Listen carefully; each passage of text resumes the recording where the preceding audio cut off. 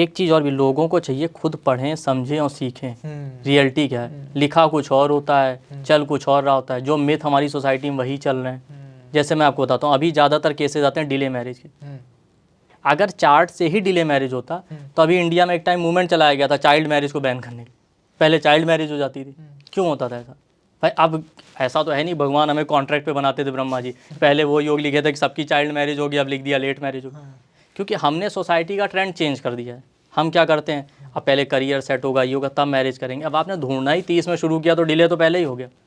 तो इससे पता चलता है योग जो है काम करते हैं, बट हमारा फ्री विल भी है, हमारा डिसीजन कैसे है।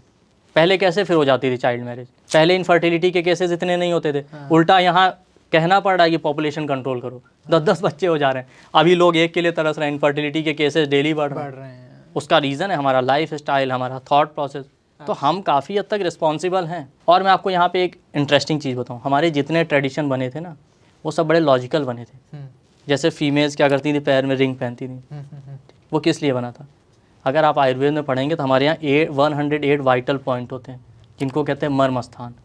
उनको डिफ्रेंशिएट किया गया, उसमें से कुछ पॉइंट ऐसे हैं जिनमें आपको हिट कर दिया या तुरंत डेथ हो जाएगा। तो हमारे पैर के टोज़ में ऐसे पॉइंट होते हैं जो फीमेल्स को पीसीओडी, मेंस्ट्रुअल फ्लो, इनमें हेल्प करते हैं। तो इसीलिए जब प्यूबर्टी का टाइम आता था तो पहना दिया जाता था। अब हमारे यहाँ कस्टम क्या बना, मैरिज के समय पहना दो, क्योंकि मैरिज पहले कम एज में हो जाता था।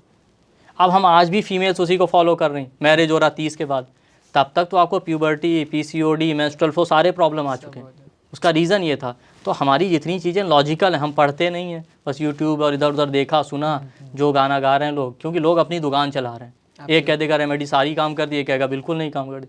ये एक्सट्रीमिस्ट थॉट नहीं होता, हमेशा बीच का रास्ता होता है, ना इधर ना उधर। तो ये समझिए कि जितने ट्रेडिशन है सब लॉजिकल हैं, आपको समझना पड़ेगा, उसको समझिए, नॉलेज लीजिए। ओके।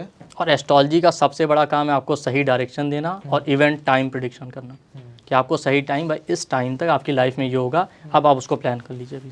ओके, सो कहीं ना कहीं हम लोगों ने यही सीखा कि एस्ट्रोलॉजी को अपनी ज़िंदगी में साथ लेके चलिए, बट एक्सट्रीमिस्ट मत बनिए। हाँ, जैसे कि आपने कहा कि भाई सिर्फ एस्ट्रोलॉजी में पूरा दिमाग लगाया हुआ है, कर्म कर ही नहीं रहे हैं। और एक तरफ है कि आप कर्म करे जा रहे हैं, लेकिन आप थोड़ा सा साथ में इसका सपोर्ट नहीं ले रहे हैं, क्योंकि अगर विद्या है, सपोर्ट लेंगे तो अच्छा ही है। भाई बड़े बड़े राजा महाराजा रखते थे, बड़े बड़े पॉलिटिशियन आज भी आते हैं। वो बात है कि पब्लिकली नहीं कहते, बहुत सारे हम लोगों से भी करते हैं कॉन्टेक्ट, राइट। पब्लिकली वो कभी नहीं काम करते, इसीलिए एस्ट्रोलॉजी और आयुर्वेद दोनों पीछे जा रहे हैं। हाँ, नहीं कोई नहीं, पिछले 2 साल में तो बहुत आगे जाएंगे। और अब वो समय आ गया है जब एस्ट्रोलॉजी और एस्ट्रोलॉजर्स की आई गेस जो इनकी ज़िंदगी है वापस स्काई रॉकेट होने वाली है।